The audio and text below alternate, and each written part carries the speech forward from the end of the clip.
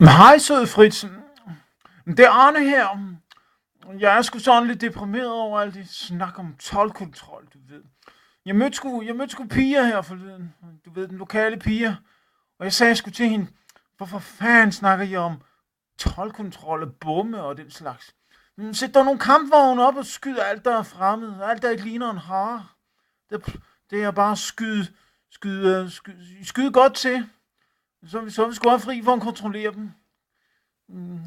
Ja, men altså sådan en lille kampvogn, det er fantastisk fartøj.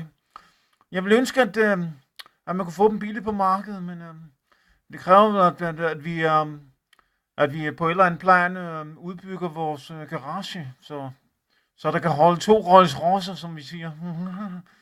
Men Fritz, giv mig lige et kald, hvis vi skal til Tyskland og fylde vores GT-rationer op.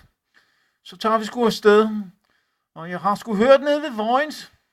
Der er sgu da mulighed for at fange en lille gulerod og gokkemand, hvis vi er heldige. Ja, nu når vejret i Skagen ikke indbyder til en sillemad og en suttemand. Men sød Fritz, giv mig lige et kald og hils din søde kone. Det er godt, søde ven. Hej hej.